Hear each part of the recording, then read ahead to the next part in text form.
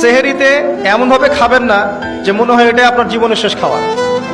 এভাবে খাবেন না, সেহেরিতে কম খান। যত বেশি খাবেন তত বেশি আপনি অলস হয়ে যাবেন। মুসলিমদের উচিত নয় খুব বেশি ভরপেট খাওয়া। এবং এই সুন্নাতটা এখন কিতাবের মধ্যে আছে, আমাদের বডি এবং আমলের মধ্যে সুন্নাতটা খুব একটা নাই।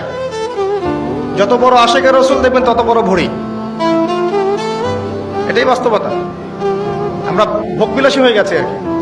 এটা আখিরুজ্জামানের সাইন। নবী সাল্লাল্লাহু আলাইহি ওয়াসাল্লাম বলেছে শেষ জামানে এক শ্রেণী মানুষ আসবে যাদের উঁচু ভরি থাকবে, ঠেস দিয়ে বসে থাকবে এবং আরাম প্রিয় হবে।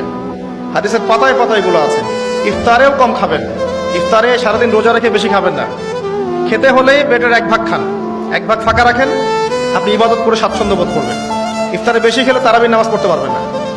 এবং তারাবি জামাতে পড়ার চেষ্টা করবেন, তারাবি সালাতে সুন্দর করে লম্বা করে পড়ার চেষ্টা করবেন, সময় লাগুক 1 ঘন্টা 2 ঘন্টা।